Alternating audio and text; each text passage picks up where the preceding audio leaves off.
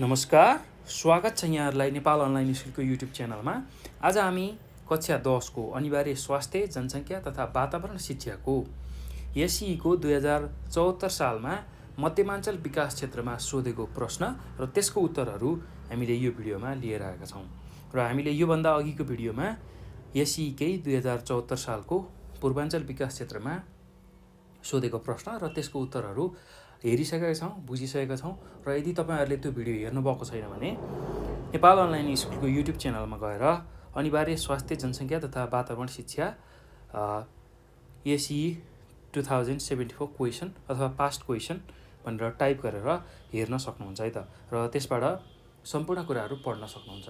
र यो भिडियोलाई पनि तपाईँहरूले नछुटाइकन अन्तिमसम्म हेर्नुहोला, किनभने यसमा एसईमा सोधेका प्रश्नहरू हामीले सल्भ गर्दैछौँ, त्यसको हल गर्दैछौँ। र एउटा कुरा के ख्याल गर्नुहोला भने तपाईँहरूले एसईमा सोधेका जुन प्रश्नहरू छन् त्यो कुनै पनि नछोडिकन चाहिँ तपाईँहरूले पढ्नुहोला, एसईको तयारी चाहिँ गर्नुहोला। र अलमोस्ट 70% जस्तो प्रश्नहरू चाहिँ दोहोरिरहेको हुन्छ। त्यो हुँदाखेरि तपाईँहरूले विगतमा एसईमा सोधेका सबै प्रश्नहरू राम्रोसँग सल्भ गर्न सक्नुभयो भने आउने परीक्षा जुन एसईको छ त्यसलाई पनि सजिलै पार लगाउन सक्नुहुन्छ है त। र राम्रो अङ्क पनि प्राप्त गर्न सक्नुहुन्छ। र यति कुरा तपाईँहरूको लागि मैले जानकारीको लागि गराएँ। र यो भिडियो पनि नछुटाइकन हेर्नुहोला, किनभने यो पनि एकदमै महत्त्वपूर्ण भिडियोको रूपमा रहन सक्छ तपाईँहरूको लागि। किनभने तपाईँहरू अब एसईको अन्तिम तयारीमा हुनुहुन्छ। एसईको तयारी गर्दाखेरि यस्ता खालका जुन पुराना क्वेसनहरूका भिडियोहरू चाहिँ तपाईँहरूले विशेष ध्यानपूर्वक हेर्नुभयो भने तपाईँहरूलाई पक्कै पनि त्यसले ठुलो सहयोग गर्छ है त। ल, यति कुरा मैले यसमा गरेँ। र अब हामी 2074 सालको मध्यमाञ्चल विकास क्षेत्रमा सोधेको प्रश्न र त्यसको उत्तरतर्फ हामी लाग्छौँ। र सुरुमा हामी समूह क अन्तर्गतको अति छोटो प्रश्न र त्यसको उत्तरहरू हेर्नेछौँ है त। ल, अब त्यसमा सबैभन्दा पहिला 1 नम्बरमा के सोधेको छ भन्दाखेरि जनसङ्ख्या शिक्षा भनेको के हो भनेर सोधेको छ। जनसङ्ख्या शिक्षा भनेको के हो भनेर सोधेको छ। ल, अब यसको उत्तरमा के लेख्न सकिन्छ भने जनसङ्ख्यासँग सम्बन्धित प्रजनन स्वास्थ्य, त्यस्तै गरी पारिवारिक जीवन शिक्षा, परिवार नियोजन तथा योजना, यौन शिक्षा आदि विषयका बारेमा जानकारी दिने विषयलाई जनसङ्ख्या शिक्षा भनिन्छ भनेर हामीले लेख्न सक्छौँ है त। ल, त्यही कुरालाई हामी लेख्दैछौँ प्रश्न नम्बर 1 को उत्तरमा। समूह क को प्रश्न नम्बर 1 मा हामीले के लेख्न सक्छौँ भने जनसङ्ख्यासँग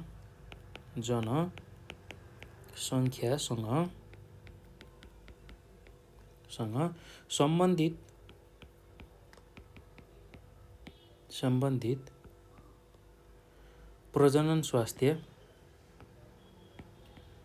प्रजनन स्वास्थ्य, पारिवारिक जीवन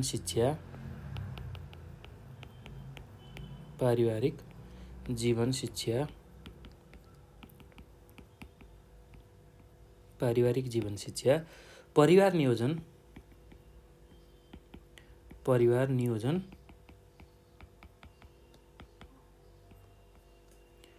तथा योजना,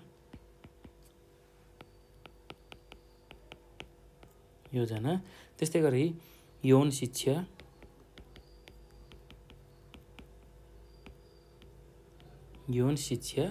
आदि विषयका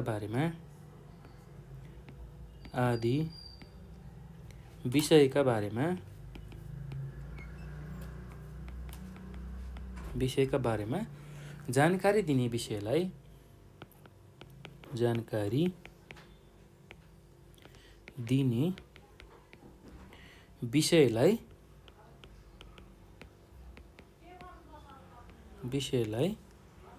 जनसङ्ख्या शिक्षा भनिन्छ। जनसङ्ख्या शिक्षा भनिन्छ भनेर हामीले लेख्न सक्छौँ है त। ल, अब यो पछि प्रश्न नम्बर 2 मा जाउँ। प्रश्न नम्बर 2 मा के सोधेको छ भन्दाखेरि आश्रित जनसङ्ख्या कसरी निकालिन्छ भनेर सोधेको छ। ल, आश्रित जनसङ्ख्या निकाल्नको लागि हामीसँग एउटा सूत्र छ। त्यही सूत्रको प्रयोग गरेर हामीले चाहिँ आश्रित अनुपात निकाल्छौँ है त। र सुरुमा त हामीलाई के चाहिन्छ भन्दाखेरि सक्रिय जनसङ्ख्याको कुल जनसङ्ख्याले आश्रित जनसङ्ख्याको कुल जनसङ्ख्यालाई भाग गरी चाहिँ 100ले गुणन गरेर हामीले आश्रित अनुपात चाहिँ निकालिन्छ। त्यो कुरा हामीले बुझ्नु पर्यो है त। र जो चाहिँ आश्रित जनसङ्ख्या छ त्यसलाई चाहिँ केले भाग गर्नु पर्यो भन्दाखेरि आर्थिक रूपले सक्रिय जनसङ्ख्याले भाग गर्नु पर्यो र त्यसमा 100ले गुणन गर्नु पर्यो। त्यो गरियो भने चाहिँ आश्रित अनुपात आउँछ है त। ल त्यही कुरा हामी उत्तरको रूपमा लेखौँ। प्रश्न नम्बर 2 को उत्तरमा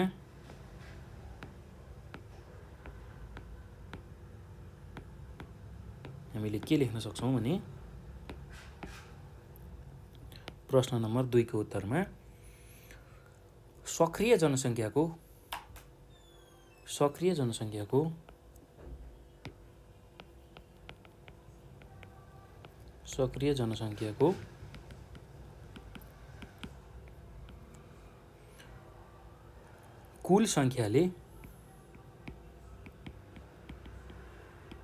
कुल सङ्ख्याले आश्रित जनसङ्ख्याको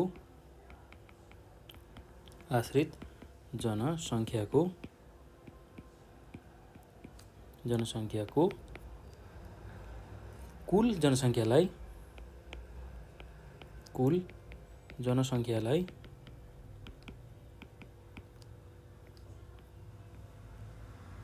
भाग गरी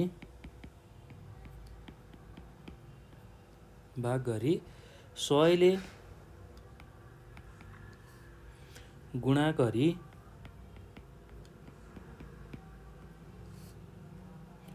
आश्रित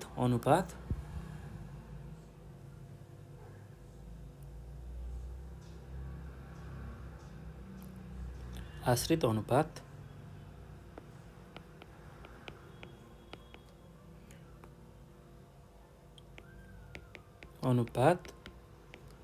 गणना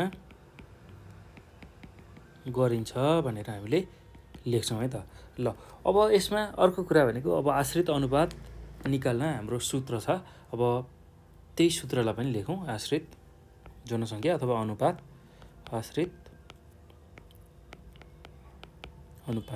आश्रित अनुपात निकाल्न हामीले के गर्छौँ भन्दाखेरि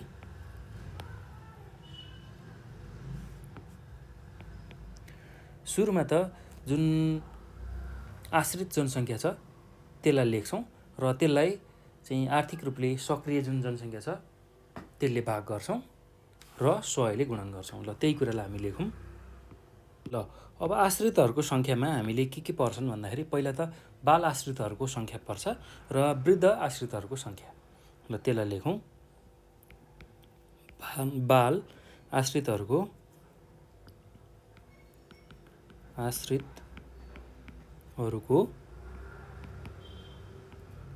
सङ्ख्या। ल बाल आश्रितको सङ्ख्या भनेको 14 वर्षसम्मका बालबालिका र यसमा के जोड्छौँ भन्दाखेरि वृद्ध आश्रितहरूको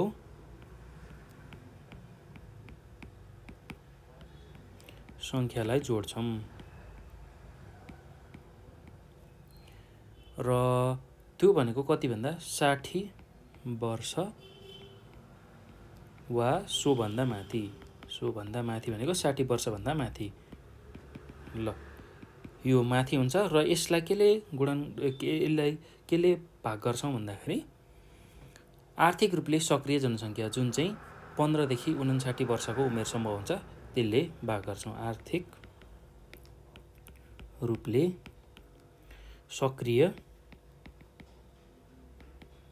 सक्रिय जनसङ्ख्या। ल त्यो कति भन्दाखेरि 15 देखि 59 वर्ष।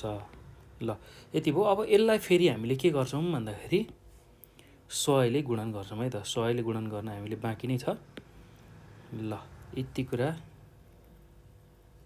हामीले हेर्छौँ सुरुमा।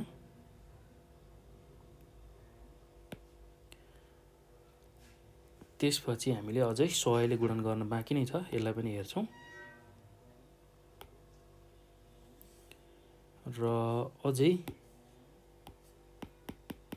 हामीले के गर्छौँ, यहाँ 100 ले अब गुणन गर्छौँ है त, इन्टु 100 गर्छौँ। ल यो गरियो भने चाहिँ अब आश्रित अनुपात अथवा आश्रितहरूको समूह जुन सङ्ख्या चाहिएको त्यो निक्लिन्छ है त। ल यति कुरा हामीले गर्नु पर्यो। ल अब यो पछि हामी अर्को प्रश्नमा जाउँ। अर्को प्रश्न हाम्रो के छ भन्दाखेरि प्रश्न नम्बर 3 मा विकासका पूर्वाधारहरूको सामाजिक पक्षको एउटा उदाहरण दिनुहोस् भनेर सोधेको छ। ल विकासका पूर्वाधारको सामाजिक पक्षमा हामीले एउटा उदाहरण लेख्नुपर्ने छ। र त्यसमा के लेख्न सकिन्छ भन्दाखेरि मानिसको ज्ञान, सिप तथा दक्षता चाहिँ विकासको पूर्वाधारको सामाजिक पक्षको एउटा उदाहरण हो भनेर हामीले लेख्न सक्छौँ है त। ल त्यसको उत्तर 3 नम्बरको प्रश्नको उत्तरमा के लेख्न सकिन्छ भन्दाखेरि मानिसको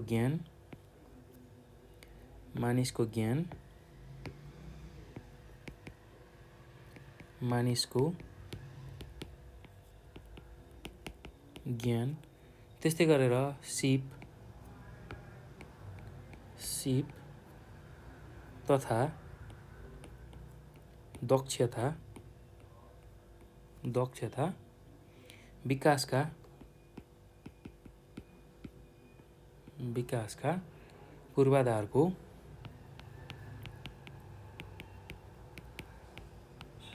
पूर्वाधारको सामाजिक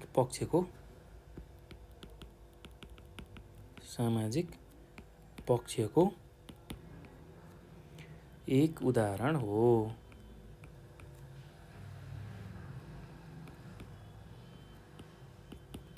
ल यति कुरा तपाईहरुले लेख्नु होला है त। अब प्रश्न नम्बर 4 मा जाउँ। प्रश्न नम्बर 4 मा के छ भन्दाखेरि GLOF को पूरा रूप के हो भनेर सोधेको छ। ल अब GLOF को पूरा रूप भनेको ग्लेसियर लेक आउटब्रस्ट फ्लोड हो। ल त्यसलाई हामी अब लेख्न सक्छौँ प्रश्न नम्बर 4 को उत्तरमा GLOF को पूरा रूप भनेको glacier GLACIER glacier lake lake outburst OUT BRUST burst FLOOD flood हो भनेर हामीले लेख्न सक्छौँ है त। ल अब प्रश्न नम्बर 5 मा जाउँ। प्रश्न नम्बर 5 मा के छ भन्दा गुणस्तरीय जीवन मापन गर्ने प्रमुख आधार लेख्नुहोस् भनेर सोधेको छ। ल गुणस्तरीय जीवन मापन गर्ने प्रमुख आधार भनेको मानव विकास सूचकाङ्क हो, जसलाई हामी ह्युमन डेभलपमेन्ट इन्डेक्स HDI भनेर भन्छौँ है त। ल त्यो कुरा अब हामी उत्तरमा लेख्न सक्छौँ। प्रश्न नम्बर 5 को उत्तरमा गुणस्तरीय जीवन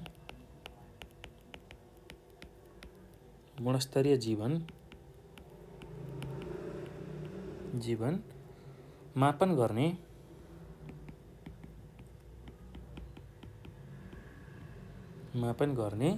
प्रमुख आधार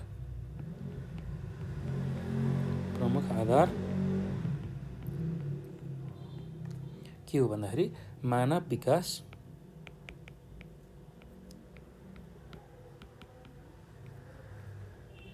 विकास सूचकाङ्क हो।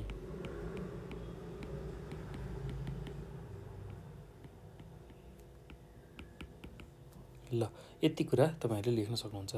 अब प्रश्न नम्बर 6 मा जाउँ। प्रश्न नम्बर 6 मा के भनेको छ 5 औँलीको कुन भाग औषधिको रूपमा प्रयोग गरिन्छ भनेर सोधेको छ।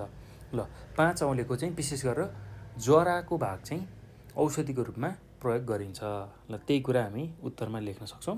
प्रश्न नम्बर 6 को उत्तरमा 5 औँलीको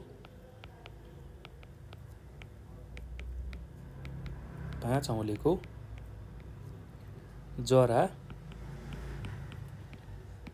औषधिका रूपमा प्रयोग गरिन्छ। ल यति कुरा लेख्न सक्नुहुन्छ है त। अब यो पछि हामी अर्को प्रश्नमा जाउँ। ल अब प्रश्न नम्बर 7 मा जाउँ। प्रश्न नम्बर 7 मा के छ भन्दाखेरि जलवियोजन निम्त्याउने कुनै एक रोगको नाम लेख्नुहोस् भनेर सोधेको छ। ल जलवियोजन निम्त्याउने एउटा रोगमा हामीले केलाई लिन्छौँ भन्दाखेरि एमोबिक आउँलाई लिन्छौँ। जुन एमोबिक आउँ हुन्छ त्यति बेला चाहिँ हाम्रो शरीरमा जलवियोजन हुन्छ है त। ल त्यही कुरालाई लेखौँ हामी प्रश्न नम्बर 7 मा। प्रश्न नम्बर 7 मा जलवियोजन निम्त्याउने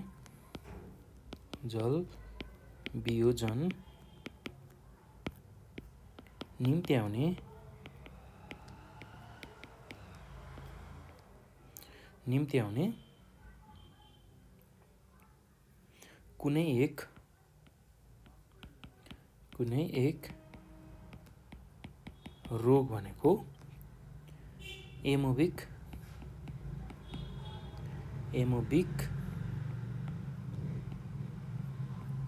आउँ हो। जसलाई हामी एमोबिक डिसेन्ट्री भनेर भन्छौँ अङ्ग्रेजीमा AMOEBIC एमोबिक DYSENTRY डिसेन्ट्री हो भनेर लेख्न सक्नुहुन्छ है त। ल अब एकदम सजिलो छ, त्यस्तो गाह्रो केही पनि छैन।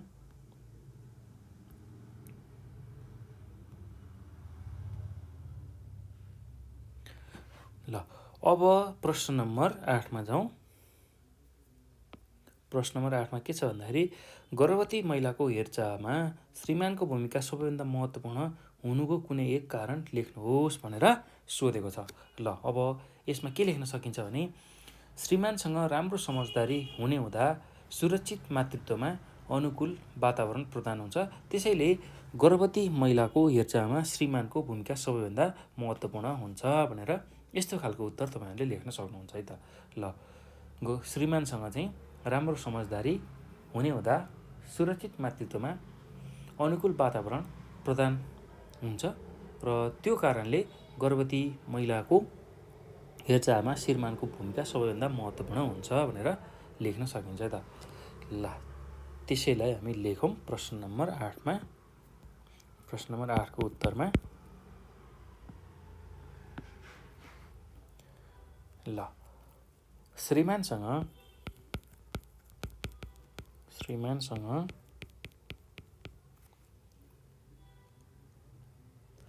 राम्रो समझदारी हुने हुँदा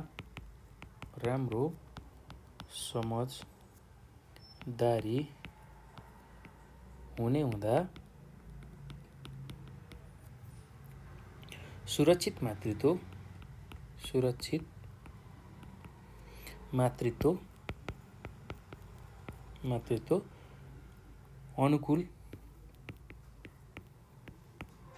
अनुकूल वातावरण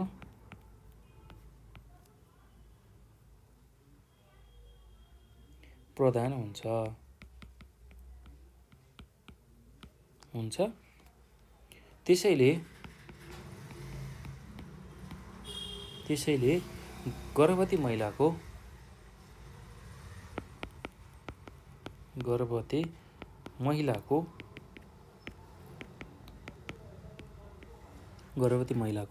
हेरचाहमा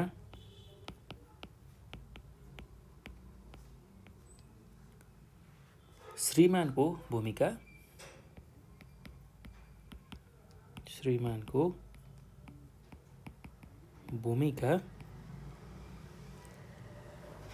सबैभन्दा महत्त्वपूर्ण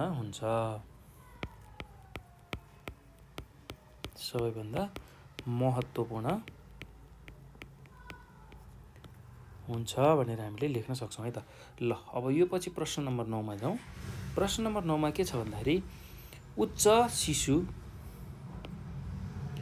शिशु मृत्युदर किन जनसङ्ख्या वृद्धिको कारक तत्त्व हो भनेर चाहिँ हामीलाई सोधेको छ। उच्च शिशु मृत्युदर चाहिँ जनसङ्ख्या वृद्धिको कारक तत्त्व हो किन भनेर सोधेको छ। ल अब यसको उत्तरमा के लेख्न सकिन्छ भने उच्च शिशु मृत्युदरका कारण बच्चा जन्मेर हुर्कन नपाउँदै मर्ने गरेबाट आमाबुबा आफ्ना सन्तान जीवित हुन्छन् या हुँदैनन् भन्ने कुरामा सुनिश्चित नहुने हुँदा आमाबुबाहरू चाहिँ बढी सन्तान जन्माउनेतिर उन्मुख हुन्छन्। यस अवस्थामा जनसङ्ख्या वृद्धि हुन जान्छ। त्यसैले उच्च शिशु मृत्युदर जनसङ्ख्या वृद्धिको कारक तत्त्व हो भनेर अथवा कारण हो भनेर हामीले लेख्न सक्छौँ। ल त्यही कुरालाई हामी लेखौँ। प्रश्न नम्बर 9 को उत्तरमा के लेख्न सकिन्छ भने उच्च शिशु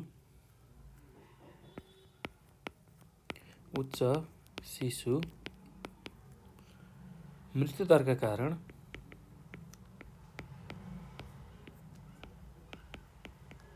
कारण बच्चा जन्मेर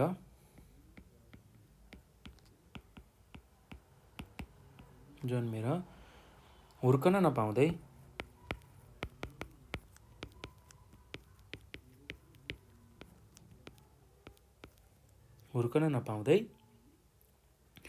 मर्ने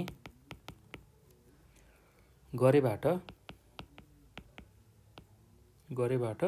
आमाबाबु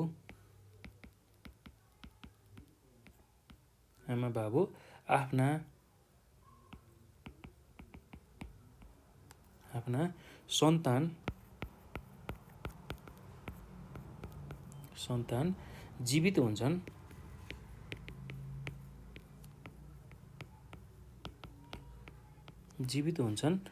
या हुँदैनन्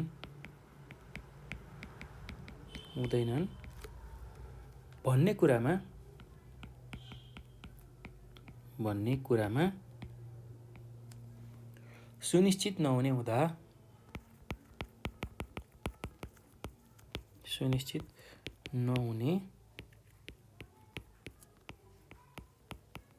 हुँदा आमाबुबाहरू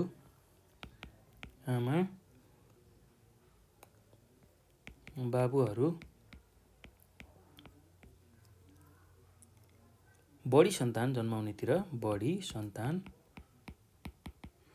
जन्माउनेतिर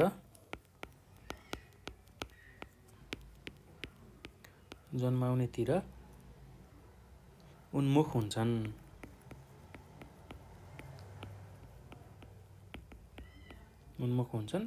यस अवस्थामा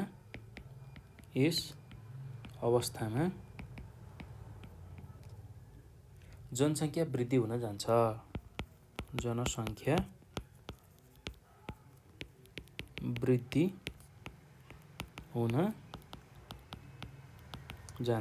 ल यो कुरा लेख्नु होला। र अब त्यसैले उच्च शिशु मृत्युदर जनसङ्ख्या वृद्धिको कारक हो भनेर हामीले अन्तिममा निष्कर्ष लेख्न सक्छौँ है त। त्यसैले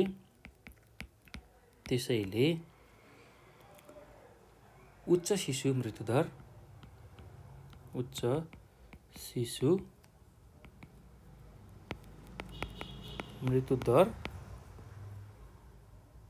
जनसङ्ख्या वृद्धिको कारक हो। जनसङ्ख्या वृद्धिको कारक हो भनेर हामीले लेख्न सक्छौँ। ल यति कुरा तपाईँहरूले यसमा लेख्नु होला है त। अब प्रश्न नम्बर 10 मा जाउँ। प्रश्न नम्बर 10 मा के छ भन्दाखेरि टोर्निक्वेट भनेको के हो भनेर सोधेको छ। ल टोर्निकेट अथवा टोर्निक्वेट भनेको प्राथमिक उपचारको लागि नभई नहुने कपडाको पट्टी हो जुन घाइते भएका व्यक्तिको हात खुट्टाका रक्तनलीबाट रक्तस्राव रोक्न प्रयोग गरिन्छ भनेर हामीले लेख्न सक्छौँ है त। ल यही कुरालाई हामी उत्तरको रूपमा लेखौँ। प्रश्न नम्बर 10 को उत्तरमा हामीलाई के सोधेको छ, टर्निक्वेट भनेको के हो भनेर सोधेको छ। अब त्यसकै उत्तरमा हामीले के लेख्न सक्छौँ भन्दा टर्निक्वेट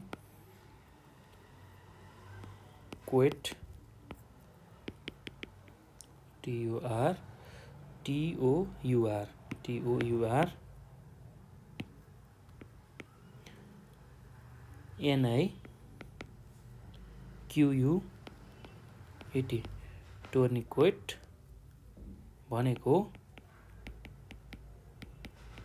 भनेको प्राथमिक उपचारको लागि प्राथमिक उपचारको लागि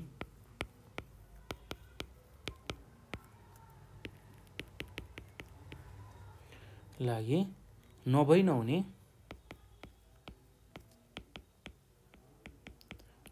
नहुने कपडाको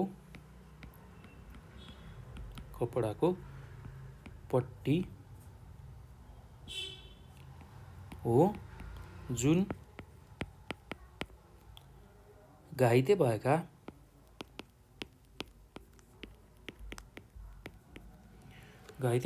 व्यक्तिको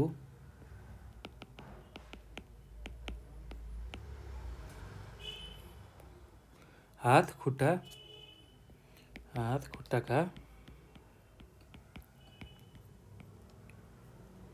रक्तनलीबाट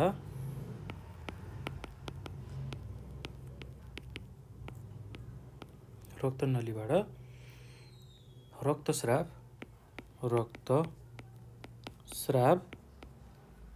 रोक्न प्रयोग गरिन्छ भनेर हामीले लेख्न सक्छौँ है त। अब यो पछि हामी प्रश्न नम्बर 11 मा जाउँ।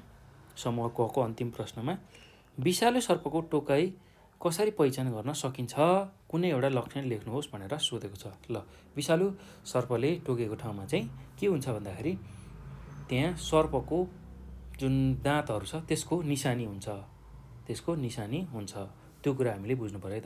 ल, विषालु सर्पको टोकाइमा 2वटा ठुला दाँतको दाग देखिन्छ, तर कहिलेकाहीँ एउटा मात्र दाँतको दाग पनि हुन सक्छ भनेर हामीले यसमा लेख्न सक्छौँ है त। ल, प्रश्न नम्बर 11 को उत्तरमा के लेख्न सकिन्छ भने विषालु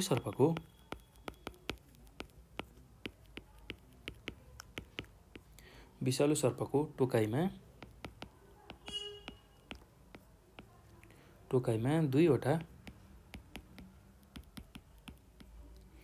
2वटा ठुला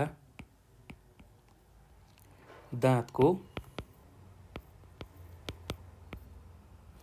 दाग देखिन्छ।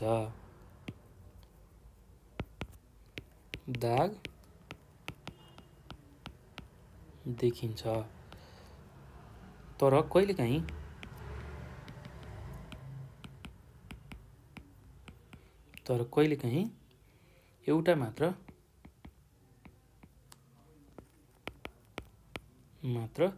दाँतको दाग पनि हुन सक्छ। ल, यति कुरा तपाईहरुले लेख्न सक्नुहुन्छ है त। अब यो पछि हामी समूह ख अन्तर्गतको प्रश्न र त्यसको उत्तरहरुमा जाउँ। समूह ख अन्तर्गतको जुन छोटो प्रश्न उत्तर छ त्यसको बारेमा चर्चा गरौँ है त। ल, पहिलो प्रश्न के छ भन्दाखेरि समूह ख को स्वास्थ्य, जनसङ्ख्या र वातावरण शिक्षाका भौतिक पक्ष र जैविक पक्षको वर्णन गर्नुहोस् भनेर सोधेको छ।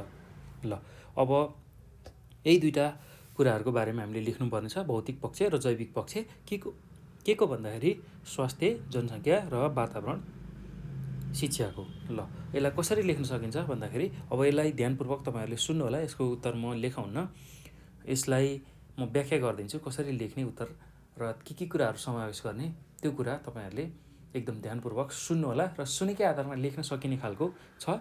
र विशेष गरेर मैले यो व्याख्या गर्ने, त्यस्तै गरेर जुन वर्णन गर्ने यस्ता खालका जुन प्रश्नहरु छ यसको उत्तर मैले लेखाएको छुइनँ। यसलाई मैले भनिदिइरहेको छु। त्यो गरियो भने तपाईहरुलाई भिडियो हेर्न पनि सजिलो हुन्छ र लेखाउनको लागि धेरै समय लाग्ने हुँदाखेरि त्यो भिडियो हेर्न तपाईहरुलाई अप्ठ्यारो हुन सक्छ। त्यो हुँदाखेरि यसको उत्तर मैले सठिकमा भनिरहेको छु र भनेर जुन प्रश्नहरुको उत्तर मैले यहाँ यसरी भनिरहेको छु त्यो चाहिँ तपाईहरुले सुन्नु भयो भने एकदम चाँडो याद हुन्छ है। र सुनेको कुरा चाँडो याद हुन्छ। यसरी पढेको कुरा भन्दा नि सुनेको कुरा चाहिँ एकदम चाँडो याद हुन्छ र त्यसलाई 2-3 पटक अझ सुन्नु भयो भने त तपाईहरुलाई कण्ठ नै हुन्छ। त्यो हुने हुँदाखेरि मैले धेरै जस्तो उत्तरहरु जुन चाहिँ वर्णन गर्ने खालको, व्याख्या गर्ने खालको उत्तरहरु हुन्छ त्यसको चाहिँ उत्तर भनिरहेको छु। त्यसलाई ध्यानपूर्वक तपाईहरुले सुन्नु होला। ल, यति कुरा मैले यसमा गरेँ। अब 12 नम्बरको जुन प्रश्न छ त्यसको उत्तरमा के लेख्न सकिन्छ भने हामीले सुरुमा हामी स्वास्थ्य, जनसङ्ख्या र वातावरण शिक्षाका भौतिक पक्षको बारेमा चर्चा गरौँ है त। ल, भौतिक पक्ष अन्तर्गत हामीले के कुराहरू लेख्न सक्छौँ भने भौतिक पक्ष अन्तर्गत प्राकृतिक र मानव निर्मित दुवै पक्षहरू पर्छन्। मानिसले निर्माण गरेका तथा प्राकृतिक रूपमा रहेका विभिन्न खालका भौतिक संरचनालाई भौतिक पक्ष भनिन्छ। जस्तै प्राकृतिक भौतिक पक्षहरू अन्तर्गत हिमाल, पहाड, जङ्गल, घाँसे मैदान, उर्वरा भूमि आदि पर्दछन् र मानिसले निर्माण गरेका बाटोघाटो, पुल, घर आदि। त्यस्तै अब मानिसले आफूलाई आवश्यक पर्ने खाद्यान्न तथा कच्चा पदार्थका उत्पादन र अन्य उपभोग्य वस्तुको उत्पादनका लागि उद्योग, कलकारखाना, यातायात आदिको विकास गरेको हुन्छ र यी सबै भौतिक पक्षहरू हुन् भनेर हामीले लेख्न सक्छौँ है त। अब यो पछि स्वास्थ्य, जनसङ्ख्या र वातावरण शिक्षाको जैविक पक्षको बारेमा हामी चर्चा गरौँ है त। ल, त्यसमा के कुराहरू तपाईँहरूले लेख्न सक्नुहुन्छ भने विभिन्न ठाउँको भौगोलिक अवस्थाअनुसार जैविक वस्तुहरू जस्तै बोट बिरुवा, कृषि उत्पादन, वनमा पाइने जडीबुटी, जनावरमा पनि भिन्नता पाइन्छ। भौगोलिक अवस्थाको भिन्नतासँगै त्यहाँको हावापानी र त्यहाँ उत्पादन हुने वस्तुहरूमा हुने भिन्नतालाई जैविक पक्ष भनिन्छ। जस्तै तराईको जमिनमा उर्वरा शक्ति बढी हुनु, हिमालयमा बहुमूल्य जडीबुटी हुनु आदि यो चाहिँ जैविक पक्ष अन्तर्गत पर्दछ भनेर हामीले लेख्न सक्छौँ है त। ल, यति कुरा चाहिँ तपाईँहरूले यसको उत्तरमा लेख्नु होला। ल, अब यो पछि हामी अर्को प्रश्नमा जाउँ। प्रश्न नम्बर 13मा के छ भन्दाखेरि योनिस्राव परीक्षण विधिले कसरी गर्भनिरोध गर्न मद्दत पुग्दछ? अथवा यहाँ एउटा हिसाब दिएको छ, कुनै नगरपालिकामा विक्रम सम्वत 2072 सालमा 3000 जीवित शिशुहरूको जन्म भयो। सोही वर्ष 1 वर्ष नपुग्दै झाडापखालाको कारण 60 जना शिशुको मृत्यु भयो भने त्यस नगरपालिकाको शिशु मृत्यु दर पत्ता लगाउनुहोस् भनेर सोधेको छ। ल, अब यो दुईटामा तपाईँहरूले जुनसुकै प्रश्न पनि गर्न सक्नुहुन्छ, हिसाब पनि गर्न सक्नुहुन्छ, अथवा जुन योनिस्राव परीक्षण विधिले कसरी गर्भनिरोधमा सहयोग पुर्याउँछ त्यो पनि गर्न सक्नुहुन्छ है त। ल, तपाईँहरूको लागि चाहिँ म दुवै प्रश्नहरू गराउँछु र पहिलो जुन प्रश्न छ योनिस्राव परीक्षण विधिले कसरी गर्भनिरोध गर्न मद्दत गर्छ, यो कुराको चाहिँ म उत्तर भन्छु। त्यसलाई ध्यानपूर्वक तपाईँहरूले सुन्नु होला है, सुनेरै लेख्न सक्नुहुन्छ र त्योभन्दा पछाडिको जुन हिसाब छ हिसाबलाई चाहिँ म गराउँछु, त्यसलाई ध्यानपूर्वक तपाईँहरूले हेर्नु होला। ल, अब योनिस्राव परीक्षण विधिले कसरी गर्भनिरोधमा मद्दत गर्न सक्छ त्यसको उत्तरमा हामीले के लेख्न सक्छौँ भने योनिस्राव परीक्षण विधि गर्भनिरोधको प्राकृतिक विधि हो जसमा योनि रस परीक्षण गरेर गर्भ हुने सम्भावना वा नहुने सम्भावनाको अवस्था परीक्षण गरिन्छ। योनि रस परीक्षण गरेर गर्भ हुने सम्भावना देखेमा यौन सम्पर्क गर्नु हुँदैन र गर्भ रहने सम्भावना नभएमा यौन सम्पर्क गरे हुन्छ। योनिस्राव परीक्षणका लागि सुरुमा राम्ररी सफा पानीले हात धुनुपर्छ अनि आफ्नो औँला योनिभित्र घुसारेर अलिकता योनिस्राव झिक्नुपर्छ। त्यस योनिस्रावलाई बुढी औँला र अर्को एउटा औँलाको बिचमा राखी तन्काउनुपर्छ। यदि उक्त रस दुई औँला बिच तन्किन्छ भने उक्त अवस्थामा यौन सम्पर्क गरेमा गर्भ रहने सम्भावना बढी हुन्छ। तर उक्त रस तन्किँदैन र च्यापच्याप भइरहन्छ भने त्यस बेला यौन सम्पर्क गरेमा गर्भधारण हुने सम्भावना हुँदैन। गर्भ रहने सम्भावना कम भएपछि शिशु जन्मने सम्भावना पनि कम हुन गई जनसङ्ख्या वृद्धि रोक्न यसले मद्दत गर्छ भनेर हामीले यसरी उत्तरमा लेख्न सक्छौँ है त। र यो उत्तर हामीले लेख्न सक्छौँ।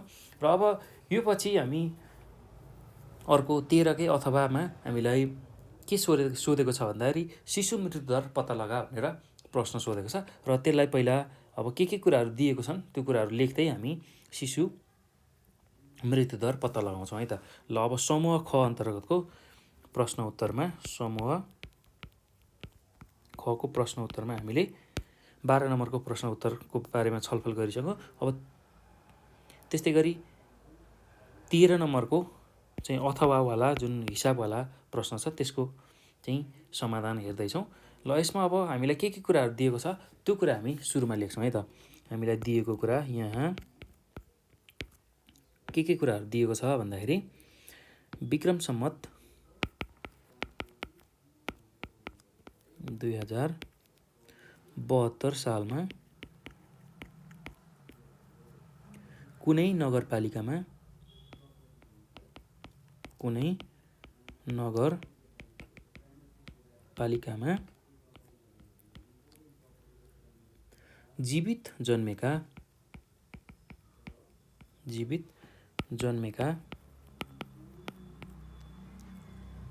शिशुहरूको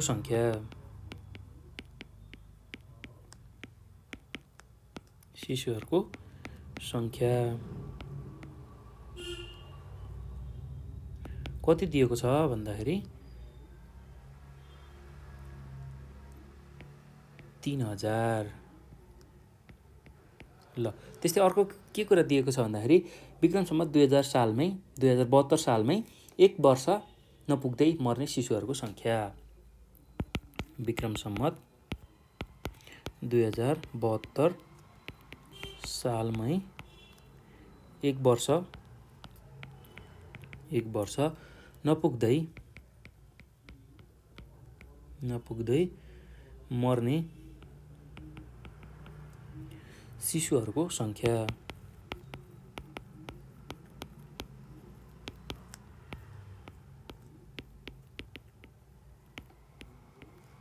शिशुहरूको सङ्ख्या कति छ भन्दाखेरि 60 रहेको छ। ल अब यो हो भने हामीले शिशु मृत्युदर निकाल्नु पर्नेछ। शिशु मृत्युदर, ल अब त्यसलाई लेखौँ। शिशु मृत्युदर हामीले निकाल्नु पर्नेछ। शिशु मृत्युदर। अब हामीसँग सूत्र छ शिशु मृत्युदर निकाल्ने। सूत्र अनुसार शिशु मृत्युदर निकाल्न हामीले के गर्छौँ भन्दाखेरि कुन सूत्र प्रयोग गर्छौँ भन्दाखेरि शिशु मृत्युदर निकाल्न कुन सूत्र प्रयोग गर्छौँ भन्दाखेरि 1 वर्षभन्दा कम उमेरका शिशुहरूको मृत्यु सङ्ख्यालाई त्यही वर्ष जीवित जन्मेका शिशुहरूको कुल सङ्ख्याले अथवा जनसङ्ख्याले भाग गरेर 1000 ले गुणन गऱ्यौँ भने हामीले शिशु मृत्युदर निकाल्न सक्छौँ है त। ल त्यही कुरालाई लेखौँ। शिशु मृत्युदर निकाल्न हामीले के लेख्छौँ भन्दा 1 वर्षभरिमा 1 वर्षभन्दा कम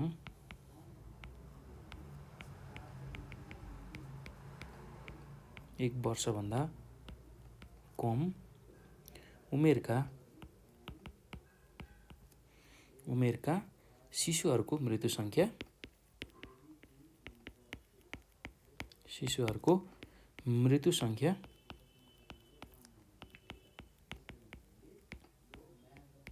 सङ्ख्या लाई चाहिँ केले भाग गर्नुपर्ने छ भन्दाखेरि उही वर्ष अथवा त्यही वर्ष जीवित जन्मेका शिशुहरूको कुल जनसङ्ख्याले। उही वर्षमा जीवित जन्मेका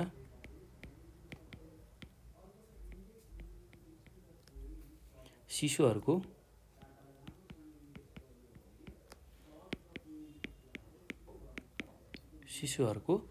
कुल जनसङ्ख्या।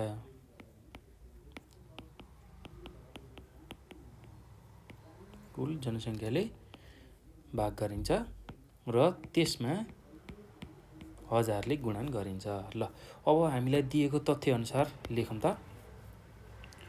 1 वर्षभन्दा कम उमेरका शिशुहरूको मृत्यु सङ्ख्या हाम्रो कति दिएको छ भन्दा 60 जना छ र उही वर्ष जीवित जन्मेका शिशुहरूको कुल जनसङ्ख्या भनेको 3000 दिएको छ। ल इन्टु 1000। ल अब यसलाई हामीले सल्भ गर्दाखेरि कति आउँछ भन्दा 20 आउँछ र यो जहिले पनि प्रति हजारमा हामी व्यक्त गर्छौँ है त, प्रति हजारमा। ल अब यसलाई के लेख्न सकिन्छ भन्दाखेरि यसको निष्कर्षमा तसर्थ अर्थात् 1000 जनामा 20 जना चाहिँ मर्ने रहेछन् भनेर लेख्न सक्छौँ है त मृत्युदर। तसर्थ त्यस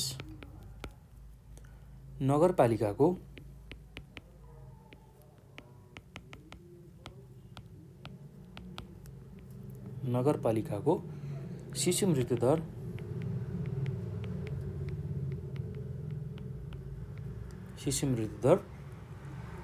प्रति हजार 20 पाइयो। ल यति कुरा तपाईँहरूले लेख्न सक्नुहुन्छ है त। अब यो पछि हामी अर्को प्रश्नमा जाउँ। प्रश्न नम्बर 14मा जाउँ है त। यसमा अब के सोधेको छ पहिला त्यो प्रश्न पढौँ र अनि त्यसको उत्तर हामी लेखौँ। जनसङ्ख्या, वातावरण र विकासका गतिविधिमा रोजगारीको भूमिका लेख्नुहोस् भनेर प्रश्न सोधेको छ। ल अब यसको उत्तर पनि म तपाईँहरूलाई भनिदिन्छु।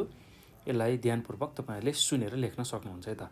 ल अब यसमा के कुरा लेख्न सकिन्छ भने यसको उत्तरमा जनसङ्ख्या, वातावरण र विकासको एक महत्त्वपूर्ण गतिविधि रोजगारी हो। मानिसले आफ्नो क्षमताअनुसारका पेसामा संलग्न भई आय आर्जन गर्नु नै रोजगारी हो। देशको जनशक्तिलाई राष्ट्रिय तथा अन्तर्राष्ट्रिय बजार अनुकूलको ज्ञान र सिप प्रदान गरी रोजगारीको अवसरहरू प्रवर्धन गर्नु राज्यको प्रमुख दायित्व हो।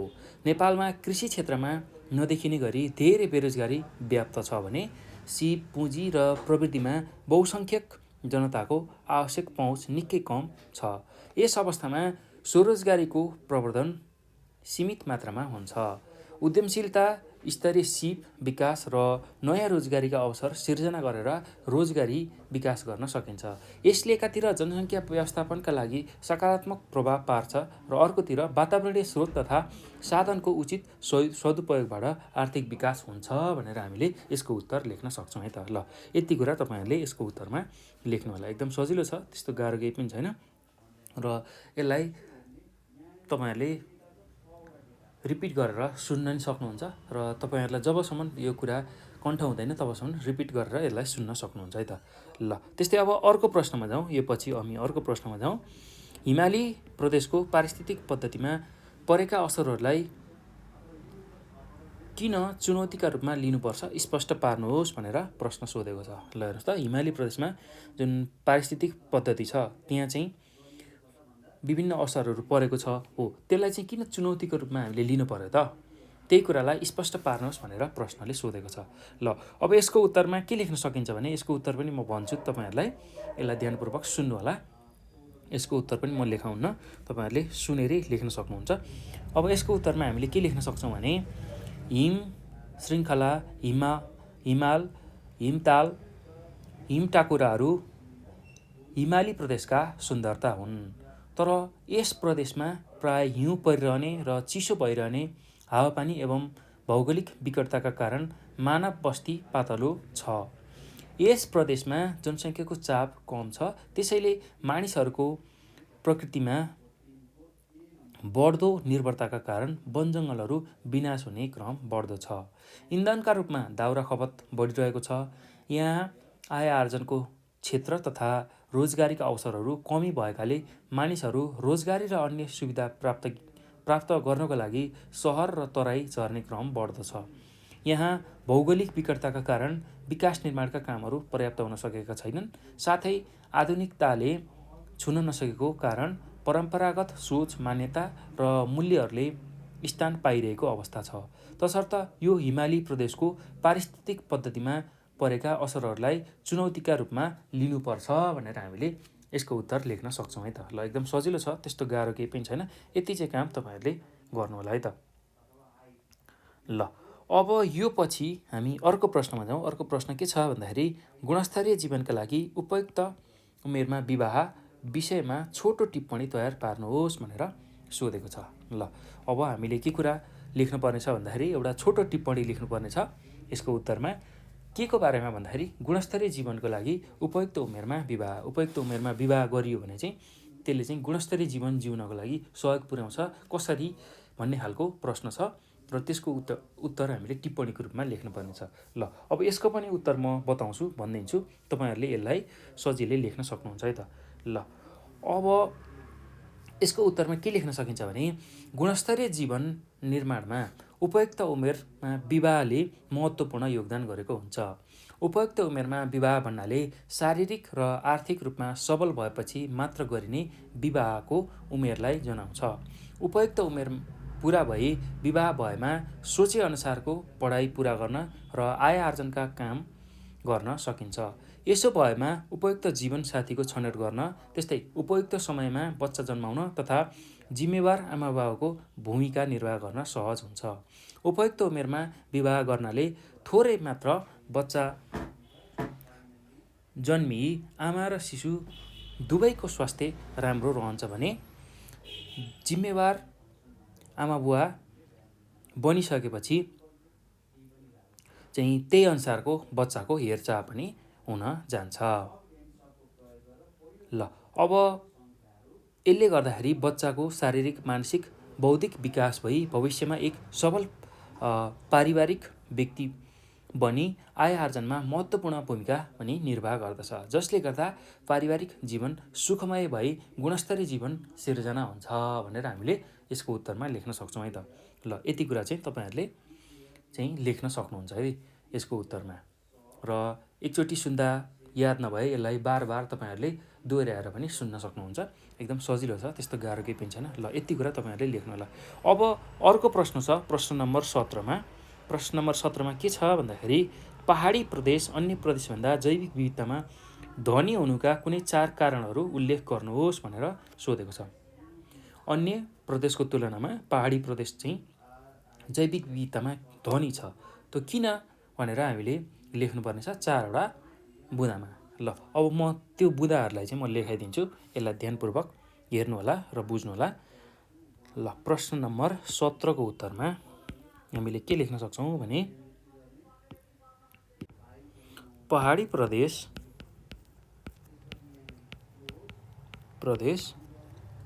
अन्य प्रदेशभन्दा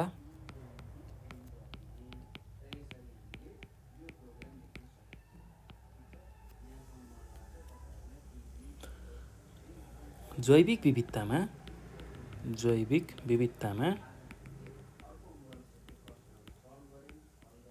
विविधतामा धनी हुनुका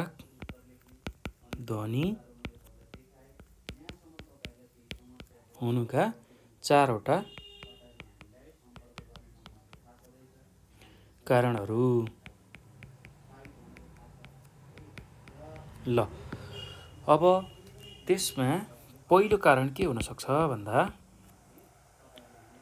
पहाडी प्रदेशमा पहाड, फराकिला र साँघुरा उपत्यका, टार बेसी बढी हुनु तथा पहाडी प्रदेश महाभारत लेक, मध्यभूमि र चुरे वा शिवालिक श्रेणी मिलेर बन्नु।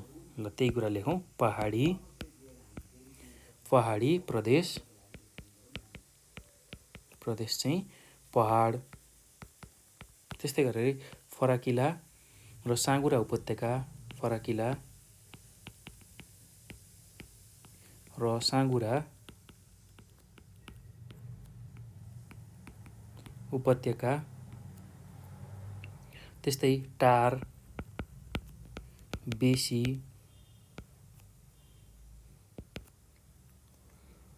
बढी हुनु तथा पहाडी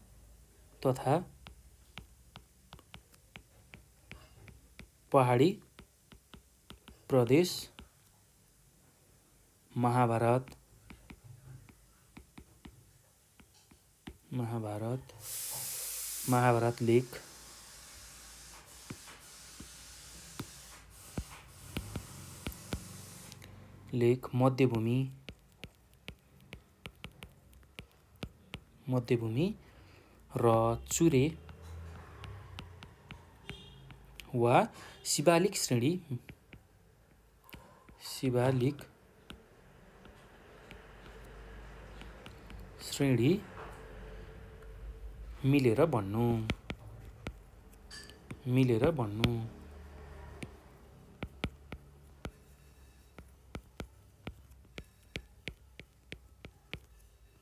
ल यति कुरा लेख्न सक्नुहुन्छ है त। अब दोस्रो बुँदामा के लेख्न सक्नुहुन्छ भने दोस्रो बुँदामा यस प्रदेशमा कतै सुक्खा त कतै रसिलो जमिन पाइने हुँदा थरीथरीका विभिन्न बोट बिरुवाहरू हुर्कन सजिलो हुनु। ल त्यही कुरा लेखौँ, यस प्रदेशमा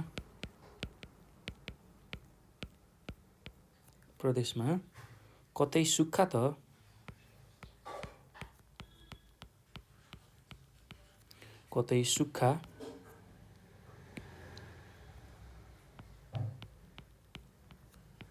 त कतै रसिलो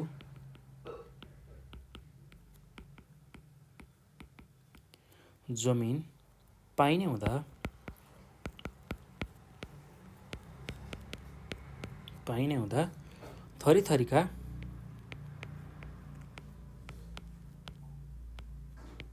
थरीथरीका विभिन्न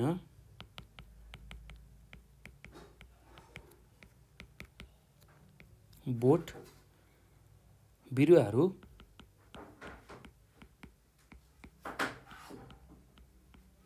हुर्कन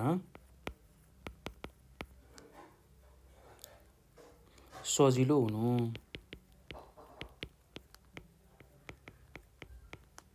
त्यस्तै अब अर्को बुँदामा के लेख्न सकिन्छ भने हिमाली प्रदेशमा उर्वरा माटो बढी नहुनु तथा सिँचाइको राम्रो व्यवस्था हुनाले कृषिजन्य उत्पादन बढी हुनु भनेर हामीले लेख्न सक्छौँ है त।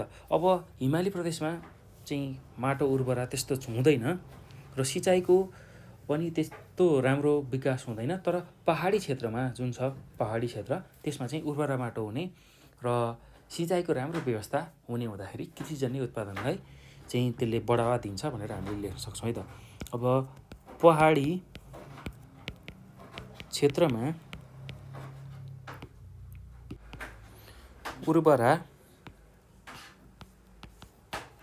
उर्वरा माटो बढी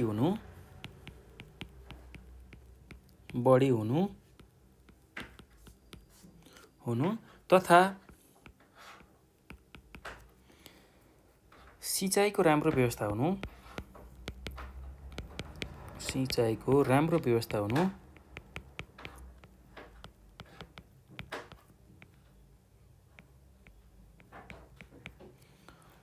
हुनु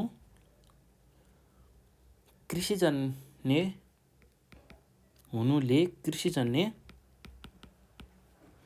उत्पादनमा वृद्धि भएको पाइन्छ। ल यति कुरा तपाईहरुले लेख्न सक्नुहुन्छ। त्यस्तै अब अर्को बुँदामा के लेख्न सकिन्छ भने यस प्रदेशमा कतै बाक्लो त कतै पातलो किसिमका वनजङ्गल पाइने हुँदा विभिन्न चराचुरुङ्गी तथा जनावरहरूका लागि राम्रो वातावरण सिर्जना हुनु भनेर हामीले लेख्न सक्छौँ है त। ल यस प्रदेशमा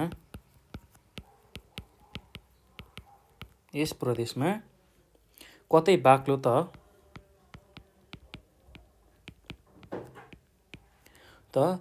कतै पातलो किसिमका वनजङ्गल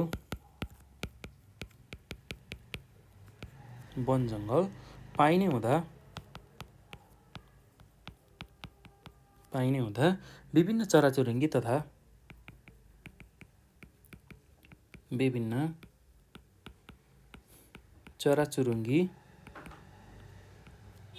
तथा जनावरहरूका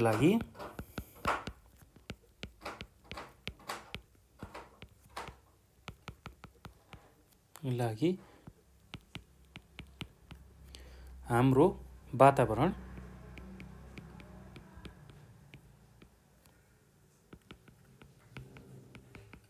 सिर्जना हुनु। ल यति कुरा चाहिँ तपाईहरुले यसको उत्तरमा लेख्न सक्नुहुन्छ है त।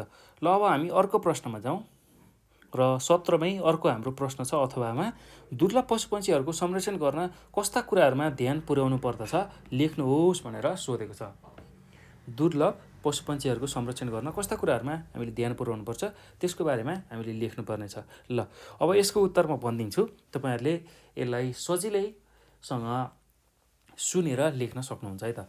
ल अब पहिलो कुरा के बुझ्नु पर्यो भने सुरुमा हामीले यसको उत्तर कसरी लेख्छौँ सुरु गर्छौँ भन्दाखेरि दुर्लभ मानिएका विभिन्न प्राणी तथा पशुपन्छीहरू हाम्रो देशका विभिन्न ठाउँहरूमा रहेका छन्। यिनीहरूको संरक्षण गर्न वनजङ्गल, खोलानाला, जलाधार, चरण क्षेत्र आदि जस्ता प्राकृतिक वातावरणको संरक्षण तथा सम्वर्धन गर्नुपर्छ। यिनीहरूको संरक्षणको लागि स्थानीय सहभागिता गराई संरक्षणबाट हुने फाइदा, जोगाउन अपनाइने उपाय र दुर्लभ हुनुका कारणबारे जानकारी एवं जनचेतना बढाउन सकिन्छ। दुर्लभ पशुपक्षी सम्बन्धी बनेका नीति नियमहरूलाई कडाइका साथ लागू गर्ने, दण्ड सजायको व्यवस्था गर्ने जस्ता कुराहरूमा ध्यान पुर्याउनुपर्छ।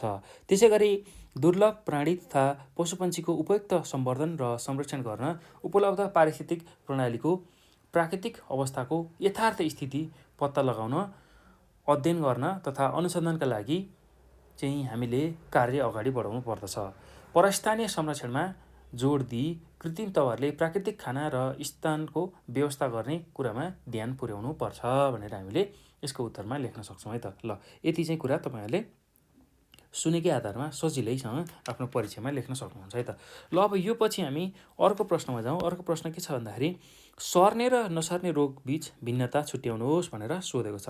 ल, त्यसलाई चाहिँ हामी लेख्छौँ। सर्ने र नसर्ने रोगको भिन्नतामा के कुराहरू पर्छन् त्यही कुरा लेख्छौँ। प्रश्न नम्बर 18 को उत्तरमा सर्ने रोग र नसर्ने रोगको बारेमा लेख्छौँ है त। सर्ने रोग एकातिर र अर्कोतिर नसर्ने रोगको बारेमा लेख्छौँ है त। अब सर्ने रोग र नसर्ने रोगको भिन्नता हामीले लेख्नको लागि पहिलो बुँदामा के लेख्न सक्छौँ भने सर्ने रोग र नसर्ने रोगको हामीले अहिले भिन्नता हेर्दैछौँ। ल, अब सर्ने रोगमा के लेख्न सकिन्छ सुरुमा भन्दाखेरि सर्ने रोग रोगीसँगको संसर्गबाट प्रसारित हुने गर्छ। अर्थात् एउटा रोगीबाट अर्को व्यक्तिमा चाहिँ सजिलै सर्ने खालको हुन्छ, एउटाबाट अर्कोमा संसर्गबाट चाहिँ प्रसारित हुन्छ। त्यो कुरा हामीले लेख्न सक्छौँ। ल, पहिलो बुँदामा सर्ने रोगमा के लेख्यौँ भने सर्ने रोग रोगीसँगको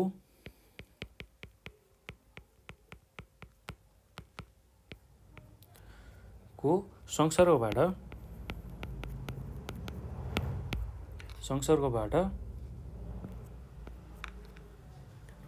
प्रसारित हुने गर्दछ।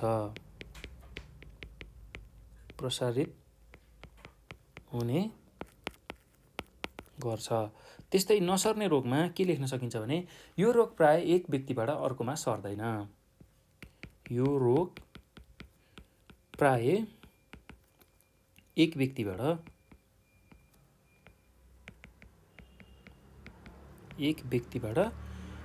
अर्कोमा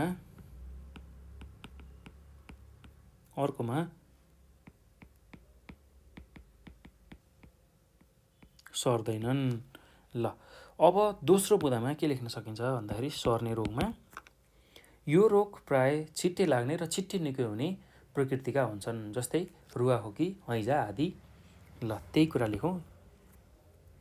यो रोग अथवा यी रोग प्राय छिट्टै लाग्ने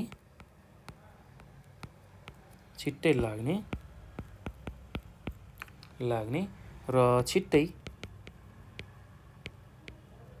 छिट्टै निको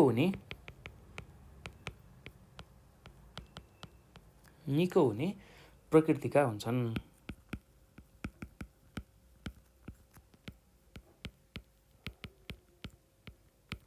ल, जस्तै अब यसको उदाहरणमा जस्तै रुगाखोकी,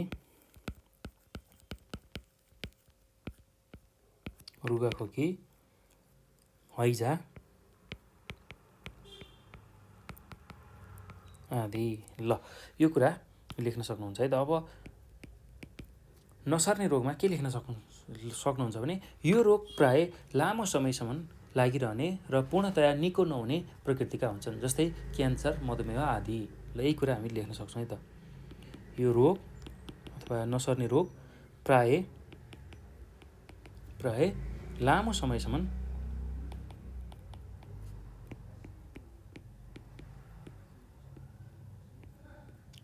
समयसम्म लागिरहने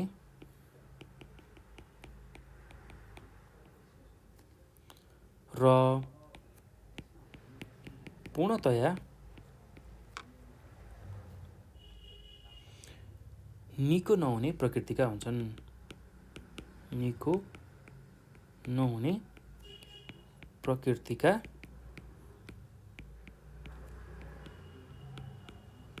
हुन्छन् भनेर लेख्न सकिन्छ।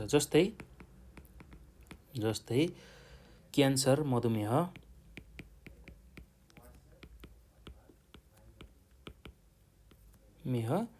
आदि। ल यति कुरा लेख्न सक्नुहुन्छ। अब हामी अर्को बुँदामा के लेख्न सक्छौँ भने अर्को बुँदामा सर्ने रोगमा यो रोगको पूर्ण उपचार वा रोकथाम गर्न सकिन्छ। यो रोगको चाहिँ के हुन्छ भन्दाखेरि पूर्ण उपचार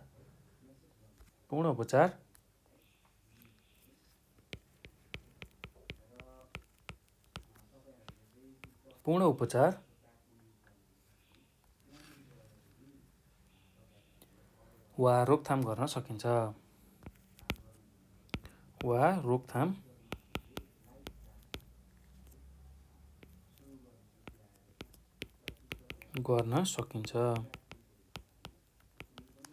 ल यो कुरा तपाईहरुले लेख्नु होला।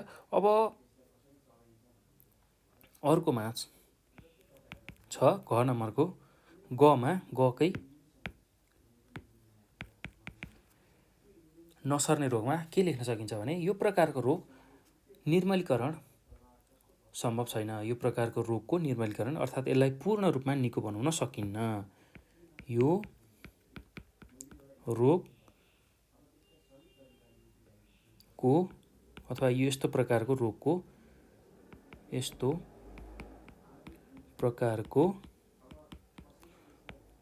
रोगको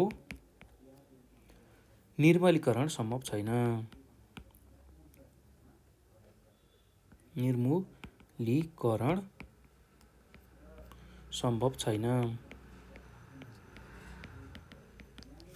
ल यो कुरा तपाईहरुले लेख्न सक्नुहुन्छ है त।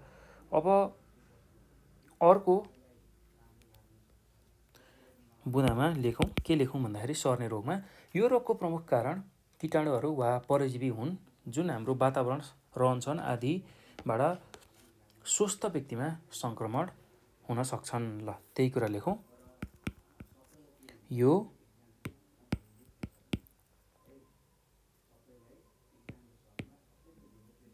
ल यसलाई लेख्दै जाउँ। क नम्बरमा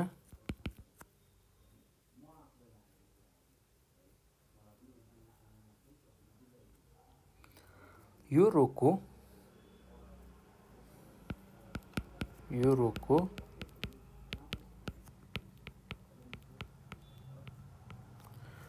प्रमुख कारण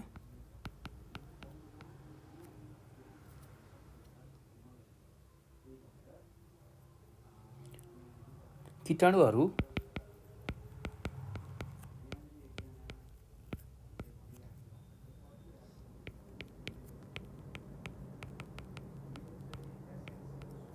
परजीवी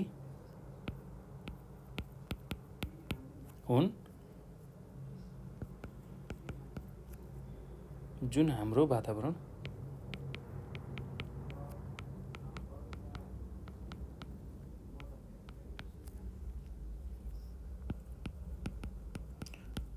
रहनसहन आदिबाट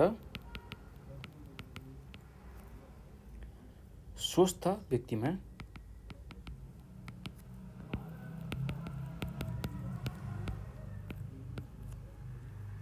संक्रमण हुन सक्छन्।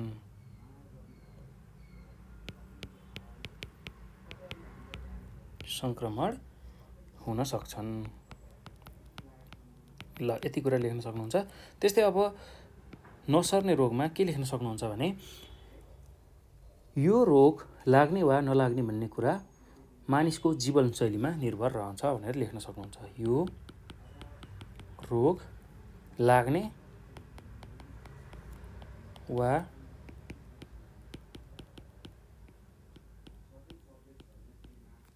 नलाग्ने भन्ने कुरा मानिसको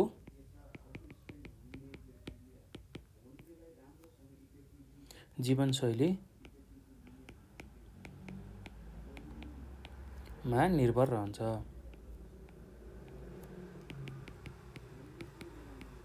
निर्भर रहन्छ।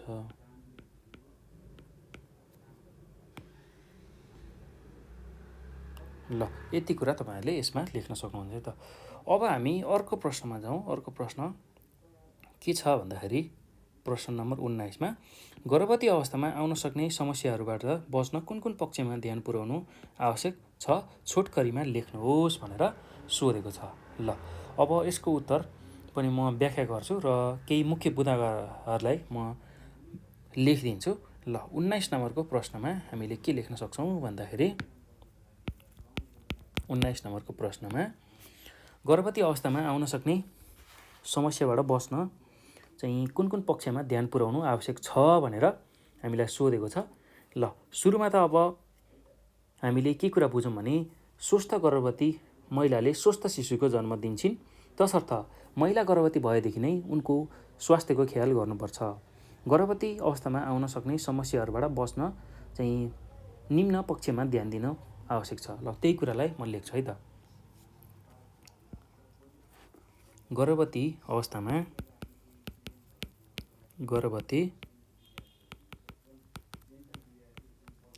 अवस्थामा आउन सक्ने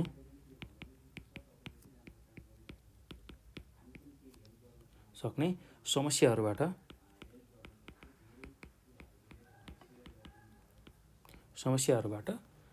बच्न निम्न पक्षहरूमा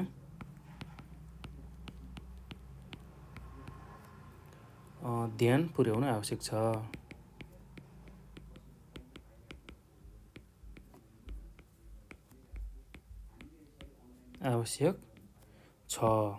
ल के कुराहरू गर्न सकिन्छ भन्दाखेरि पहिलो बुदामा के लेख्न सक्छौँ? पौष्टिक तत्त्वयुक्त भोजन।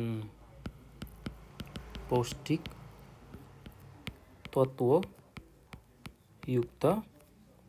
भोजनमा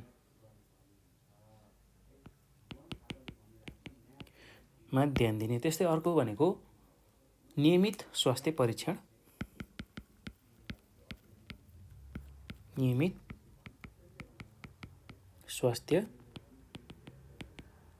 परीक्षण। त्यस्तै अर्को बुदामा के लेख्न सकिन्छ भन्दाखेरि हल्का किसिमको व्यायाम तथा आराम। हल्का किसिमको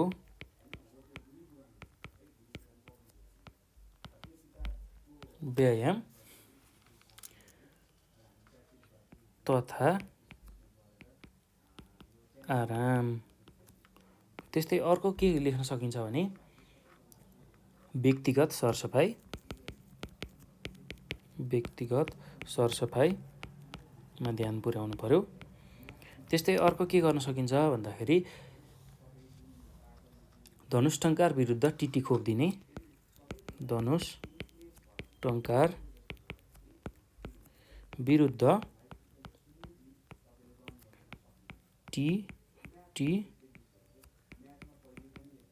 खोप दिने।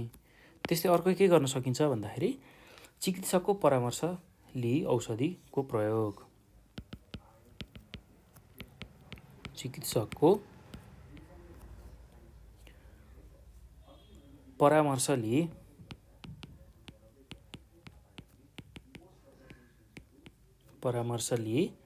औषधिको प्रयोग।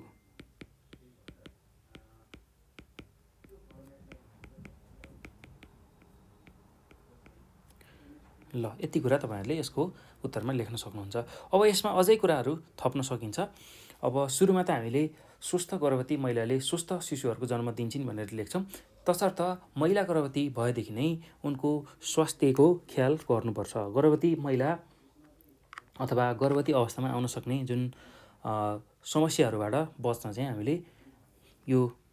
हामीले उल्लेखित गरेको जुन पौष्टिक तत्त्वको भोजन, नियमित स्वास्थ्य परीक्षण, हल्का किसिमको व्यायाम तथा आराम, व्यक्तिगत सरसफाइ, धनुष्टङ्कार विरुद्ध टिटी खोप दिने, चिकित्सकको परामर्श लिई औषधिको प्रयोग गर्ने, यस्ता खालको पक्षमा ध्यान पुर्याउनुपर्छ। ल यो कुरा हामीले लेख्नुपर्छ। र यो पछि अझै के कुराहरू थप्न सकिन्छ भने दुई जिउ भएको समयमा पेटभित्रको बच्चालाई समेत खानाको जरुरत पर्ने भएकाले खानाको स्तर बढाई खाना चाँडै पच्ने, पोषिलो तरल पदार्थ बढी भएको र रुचिकर तथा प्रोटिन, भिटामिन, क्याल्सियम, आयोडिन आदि पर्याप्त मात्रामा पाइने खाद्यवस्तु खानुपर्छ। त्यस्तै गर्भावस्थामा योनिबाट सामान्य अवस्थाको समयमा भन्दा बढी विकारहरू निस्कन सक्छ। त्यसैले नियमित रूपमा नुहाउने र सरसफाइमा बढी जोड दिई स्वस्थ रहने वातावरण सिर्जना गर्नुपर्दछ। गर्भवती महिलाको शारीरिक, मानसिक र सामाजिक अवस्था स्वस्थ राख्न बेला बेलामा स्वास्थ्य परीक्षण गराउनुपर्छ। यसबाट गर्भमा रहेका शिशुको अवस्था कस्तो छ भन्ने कुराको जानकारी प्राप्त हुन्छ। साथै यसले गर्भवती अवस्थामा आउन सक्ने समस्याहरू समाधान गर्न मद्दत पुग्छ भनेर हामीले लेख्न सक्छौँ है त। ल, यति चाहिँ तपाईँहरूले यसको उत्तरमा लेख्न सक्नुहुन्छ है त। अब प्रश्न नम्बर 20मा जाउँ। प्रश्न नम्बर 20मा के छ भन्दाखेरि तपाईँको समुदायमा देखिएका स्वास्थ्य समस्याहरू समाधान गर्न तपाईँ कस्तो भूमिका निर्वाह गर्नुहुन्छ लेख्नुहोस् भनेर सोधेको छ। ल, तपाईँको समुदायमा केही स्वास्थ्य समस्याहरू देखियो अरे, अब त्यसलाई समाधान कसरी गर्न सक्नुहुन्छ, कस्तो खालको भूमिका तपाईँहरूले निर्वाह गर्न सक्नुहुन्छ लेख्नुहोस् भनेर हामीलाई सोधेको छ। ल, यसको उत्तरमा के लेख्न सकिन्छ भने म यसको उत्तर भनिदिन्छु, तपाईँहरूले यसको उत्तर लेख्न सक्नुहुन्छ है, सजिलोसँग लेख्न सक्नुहुन्छ।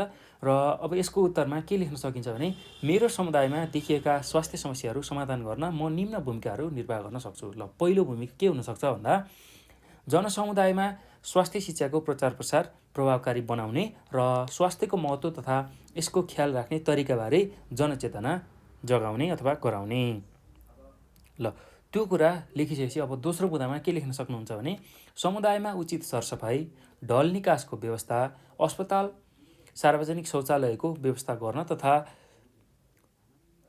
स्वस्थ वातावरणको सिर्जना गर्न मद्दत गर्ने भनेर हामीले लेख्न सक्छौँ है त। त्यस्तै अर्कोमा के लेख्न सकिन्छ भने अर्को बुँदामा कसैलाई स्वास्थ्य समस्या आइपर्यो भने आफूले सकेको सहयोग गर्ने र बेला बेलामा स्वास्थ्य परीक्षण गराउन तथा रोग लाग्दा तुरुन्त उपचार गराउन सहयोग गर्ने। त्यसै गरी अर्को बुँदामा के लेख्न सकिन्छ भने समाजमा विद्यमान कुसंस्कार, अन्धविश्वासको अन्त्य गरी स्वास्थ्य सेवा सुविधाहरू घर दैलोसम्म पुर्याउने हो। यति चाहिँ काम तपाईँहरूले गर्न सक्नुहुन्छ है त। तपाईँको समुदायमा देखियो कुनै स्वास्थ्य समस्या देखियो भने यी बुँदाहरूलाई चाहिँ पालना गर्न सक्नुहुन्छ र परीक्षामा सोद्धा पनि यही कुराहरू लेख्न सक्नुहुन्छ है त। ल, यति कुरा मैले यसमा गरेँ। र अझै यहाँ हामीलाई 20 नम्बरको प्रश्नमा अथवा भनेर सोधेको छ। राष्ट्रिय स्वास्थ्य शिक्षा सूचना तथा सञ्चार केन्द्रले गर्ने कार्यहरू लेख्नुहोस् भनेर सोधेको छ। ल, अब त्यसलाई चाहिँ म बुँदागत रूपमा लेख्छु, यसलाई हेर्नु होला। 20 नम्बरको अथवा प्रश्नमा 20 नम्बरको अथवा प्रश्नमा ल, अब पहिलो के काम गर्न सकिन्छ यसलाई पहिला भूमिका बाँधेर लेखौँ। राष्ट्रिय स्वास्थ्य शिक्षा, राष्ट्रिय स्वास्थ्य शिक्षा सूचना तथा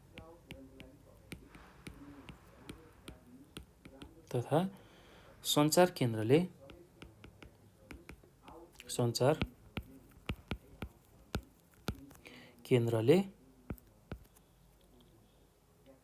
गर्ने कार्यहरू। ल, के छन् त्यसलाई बुँदागत रूपमा लेख्नु पर्छ। ल,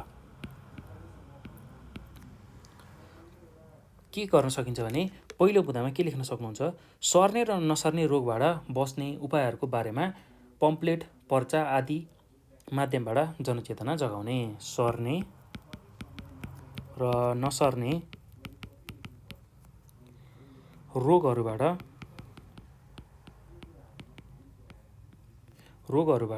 बच्ने उपायहरूको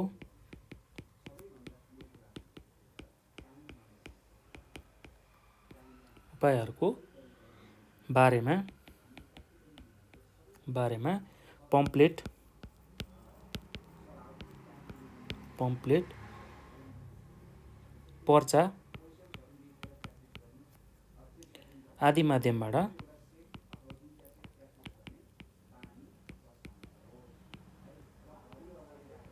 माध्यमबाट जनचेतना जगाउने। जनचेतना जगाउने।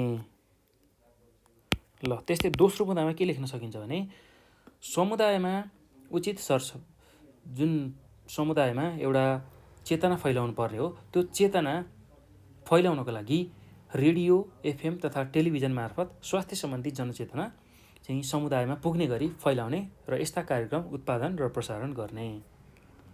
ल त्यही कुरा लेखौँ, रेडियो, एफएम तथा टेलिभिजन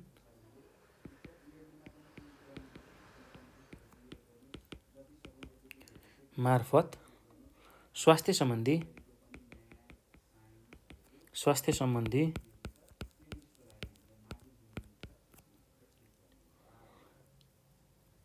जनचेतना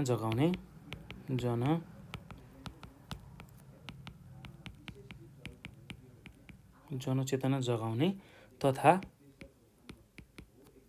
यस्ता कार्यक्रम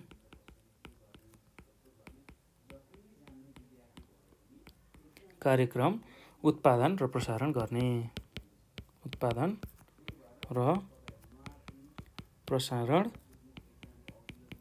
गर्ने। त्यस्तै अर्को बुँदामा के लेख्न सकिन्छ भने प्रजनन स्वास्थ्य सम्बन्धी परामर्श, विभिन्न रोगहरू सम्बन्धी जानकारी तथा जनस्वास्थ्यसँग सम्बन्धित शैक्षिक सामग्रीहरूको निर्माण र वितरण गर्ने। ल त्यही कुरालाई लेखौँ, प्रजनन स्वास्थ्य सम्बन्धी परामर्श,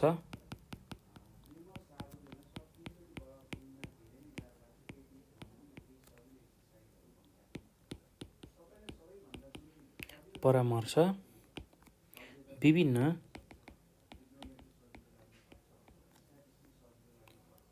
रोगहरू सम्बन्धी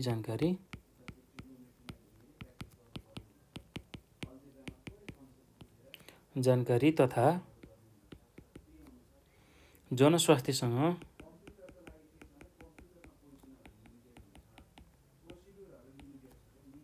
सम्बन्धित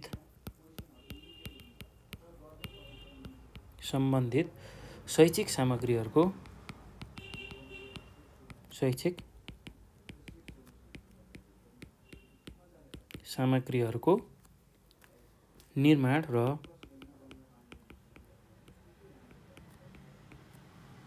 र वितरण गर्ने।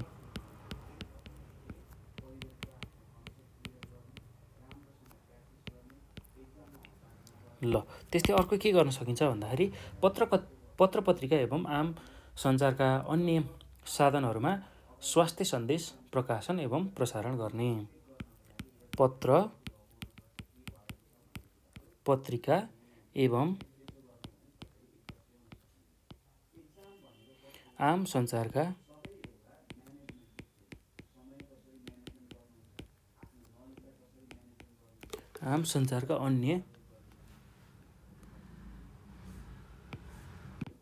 अन्य साधनहरूमा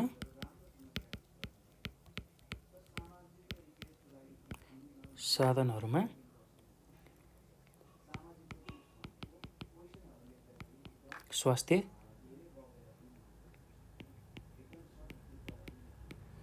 सन्देश प्रकाशन एवं प्रसारण गर्ने। ल यति कुरा हामीले लेख्न सक्छौँ है त। अब यो पछि हामी समूह ग अन्तर्गतको प्रश्न र त्यसको उत्तरहरूमा जान्छौँ है त, लामो प्रश्न उत्तरहरूमा जान्छौँ।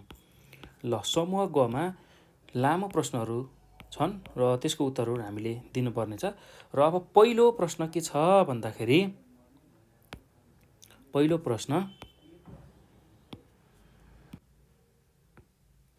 स्थानीय तहका विकास निर्माण गतिविधिले त्यस ठाउँका जनताको आर्थिक स्थिति अथवा स्तर चाहिँ माथि उठ्छ, पुष्टि गर्नुहोस् भनेर प्रश्न सोधेको छ।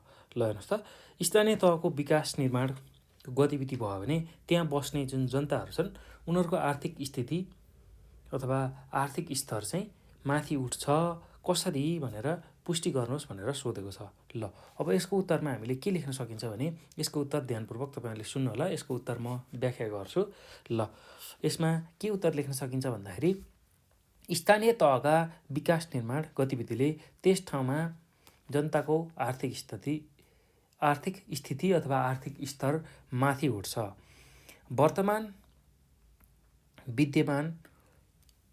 वर्तमानमा विद्यमान भौतिक, मानवीय, सांस्कृतिक पक्षहरूमा सकारात्मक र संरचनात्मक सुधार ल्याउनु नै विकास हो।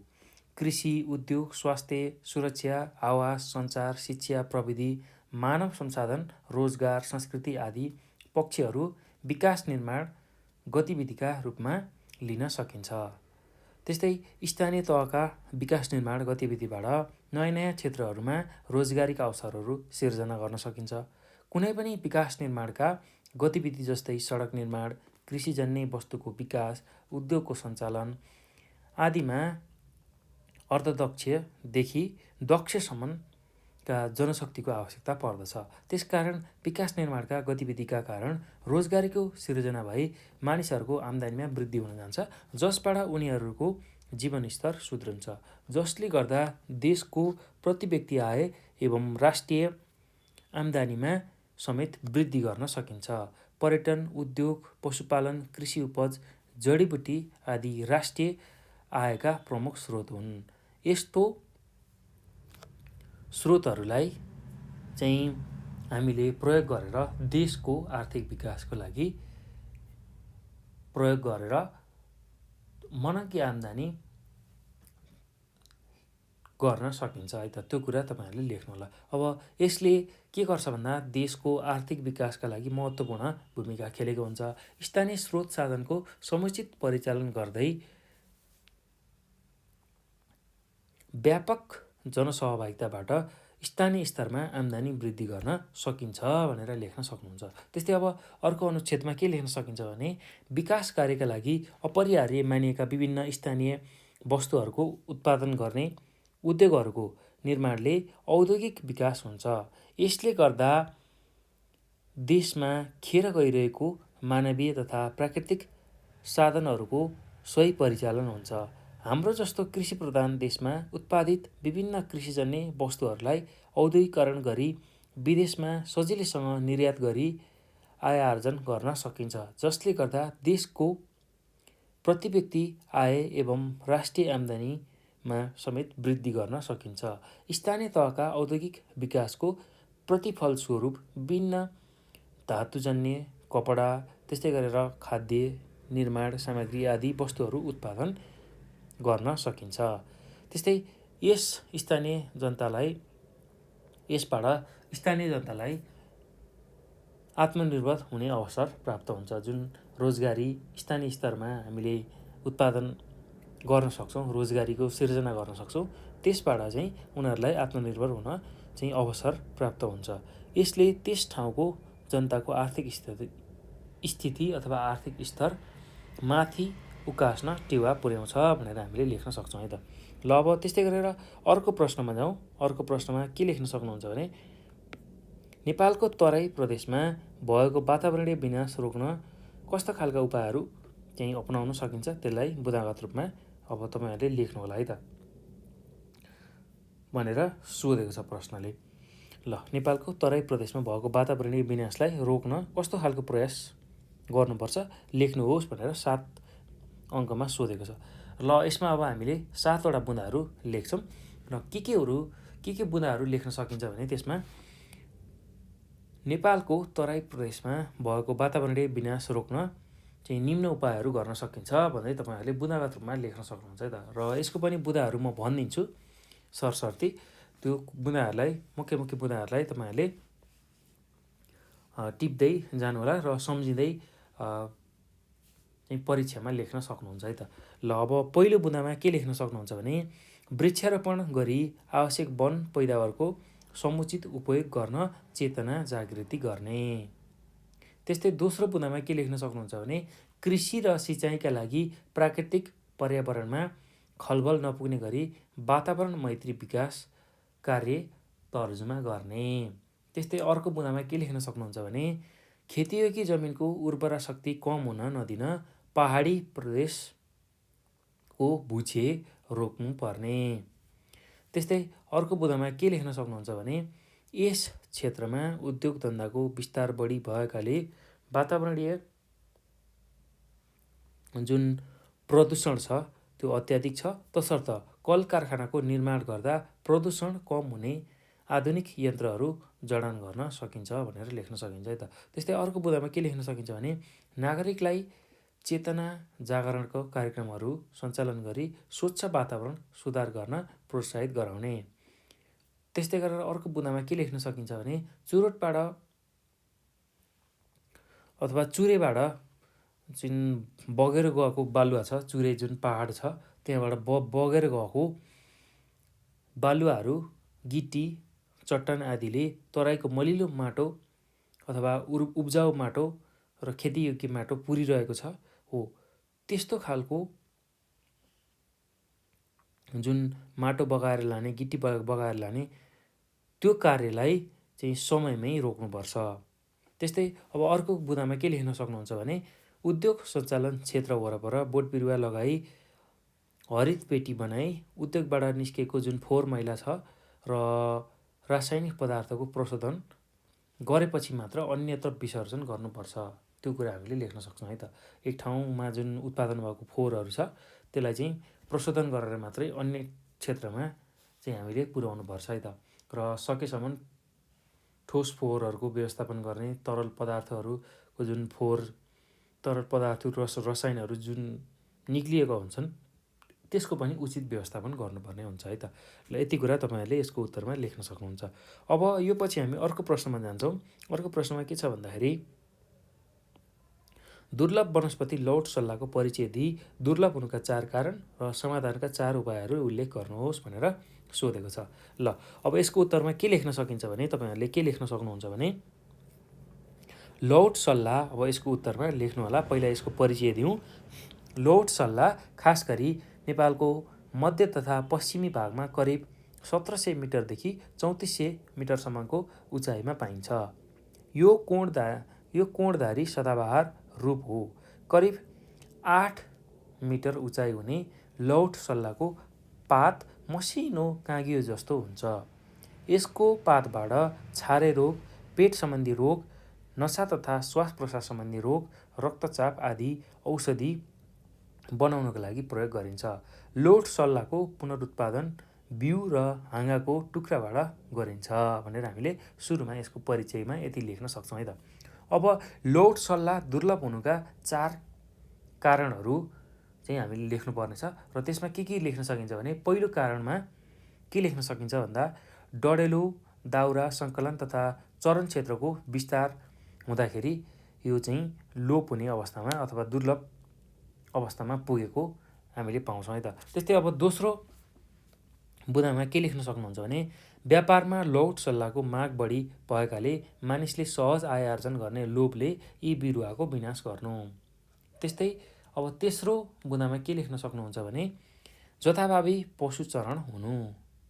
त्यस्तै चौथो बुँदामा के लेख्न सक्नुहुन्छ भने पारिस्थितिक प्रणालीमा ह्रास आउनु। ल यति कुरा लेख्न सक्नुहुन्छ। अब लौट सल्लाहको संरक्षणको लागि कस्ता खालका उपायहरू अपनाउन सकिन्छ त्यो कुरा पनि हामीले लेख्नुपर्ने छ है त। ल त्यसको लागि के कुराहरू गर्न सकिन्छ भन्दाखेरि पहिलो बुँदामा के लेख्न सक्नुहुन्छ भने लौट सल्लाहको संरक्षणको लागि पहिलो बुँदामा चरण क्षेत्र दाउरा र स्याउलाका लागि निश्चित स्थान वा क्षेत्र चाहिँ चक्रिय रूपमा व्यवस्थापन गर्ने। त्यस्तै दोस्रो बुँदामा के लेख्न सक्नुहुन्छ भने लौट सल्लाहको चोरी निकासी गर्नेलाई कानुनी रूपमा सजाय दिई यसको संरक्षण गर्न नियम तर्जुमा गर्ने। त्यस्तै अर्को बुँदामा के लेख्न सक्नुहुन्छ भने लौट सल्लाहको वासस्थानलाई संरक्षित क्षेत्रको रूपमा घोषणा गर्ने। त्यसै गरी अर्को बुँदामा के लेख्न सक्नुहुन्छ भने यिनीहरूको संरक्षणको लागि स्थानीय सहभागिता गराई संरक्षणबाट हुने फाइदा, जोगाउन अपनाइने उपाय र दुर्लभ हुनुका कारणबारे जानकारी एवं जनचेतना बढाउने। ल यति कुरा तपाईँहरूले लेख्न सक्नुहुन्छ है त। अब यो पछि हामी हाम्रो प्रश्नको अन्तिम प्रश्नमा जाउँ। समूह ग को अन्तिम प्रश्नमा जाउँ। यसमा के सोधेको छ भन्दाखेरि नेपालमा HIV एड्स रोग फैलनबाट रोक्नका लागि आवश्यक पर्ने योजना तयार पार्नुहोस् भनेर सोधेको छ। ल अब के गर्न सकिन्छ त? त्यही कुराहरूलाई हामीले योजनाको रूपमा बुदागत रूपमा लेख्न सक्छौँ है त। अब यसको उत्तर कसरी लेख्न सकिन्छ भने विश्वव्यापी रूपमा देखिएको एक घातक रोग जुन HIV अथवा एड्स हो भनेर सुरुमा यसरी लेख्न सकिन्छ। नेपालमा HIV एड्स रोग फैलिनबाट रोक्नका लागि आवश्यक पर्ने योजनाहरू निम्न अनुसार छ भनेर अब हामीले बुदागत रूपमा त्यो योजनालाई लेख्न सक्छौँ है त। ल पहिलो योजना कस्तो हुनसक्छ भन्दाखेरि पहिलो बुदामा के लेख्न सक्नुहुन्छ भने तपाईँहरूले गरिबीको कारणले मैला बेचिनुपर्ने अवस्था तथा बार रेस्टुरेन्टमा काम गर्नुपर्ने बाध्यता हटाई रोजगारीको अवसर प्रदान गर्ने। ल त्यस्तै अब दोस्रो बुदामा के लेख्न सक्नुहुन्छ भने लागु पदार्थ दुर्व्यसनीहरू बीच साझा सिरिन्जको प्रयोग गरेर लागु औषध लिने बानीलाई निरुत्साहित गर्ने। अर्थात् एउटै सिरिन्ज प्रयोग गरेर चाहिँ लागु औषध लिने त्यस्तो खालको चाहिँ गतिविधि हामीले गर्नुहुन्न है त। त्यस्तै अब अर्को बुदामा के लेख्न सक्नुहुन्छ भने रेडियो तथा पत्र पत्रिकाको माध्यमबाट एड्सको असर र सावधानीका बारे व्यापक प्रचार प्रसार गर्ने। त्यस्तै अर्को बुदामा के लेख्न सक्नुहुन्छ भने उमेर नपुगी गरिने कुनै पनि यौन क्रियाकलापहरूलाई निरुत्साहित गर्ने। त्यस्तै अब अर्को बुदामा के लेख्न सक्नुहुन्छ भने परीक्षण गरिएको सुरक्षित रगत मात्र लिने वा दिने गर्नुपर्छ। त्यस्तै अर्को के कुरा गर्न सकिन्छ भने परीक्षण गरिसकेको जुन सुरक्षित रगत लिने दिने गरिसकेपछि हामीले अर्को के गर्न सकिन्छ भन्दा यौन शिक्षाको माध्यमबाट सबैमा चेतनाको लहर फैलाउने। त्यसै गरी अर्को बुदामा के लेख्न सक्नुहुन्छ भने अवैध यौन व्यवसायमा संलग्न व्यक्तिलाई वैकल्पिक रोजगारीको व्यवस्था मिलाउने हो। यो गऱ्यौँ भने चाहिँ नेपालमा जुन फैलिएको एड्स अथवा HIV त्यसको रोकथाम गर्न सकिन्छ र त्यसलाई थप फैलिन नदिनको लागि हामीले यो यस्तो खालको कदमहरू अपनाउन सकिन्छ है त। ल यो कुरा तपाईँहरूले यो प्रश्नको उत्तरमा लेख्न सक्नुहुन्छ। ल एकदम सजिलो छ भाइ बहिनीहरू, केही गाह्रो छैन र विशेष गरेर मैले यहाँ धेरै प्रश्नहरूको उत्तर व्याख्या गरेको छु, भनिदिएको छु। यसलाई सुनेकै आधारमा लेख्न सक्नुहुन्छ किनभने यसको प्रश्न अनुसारको उत्तरहरू सजिलो छ।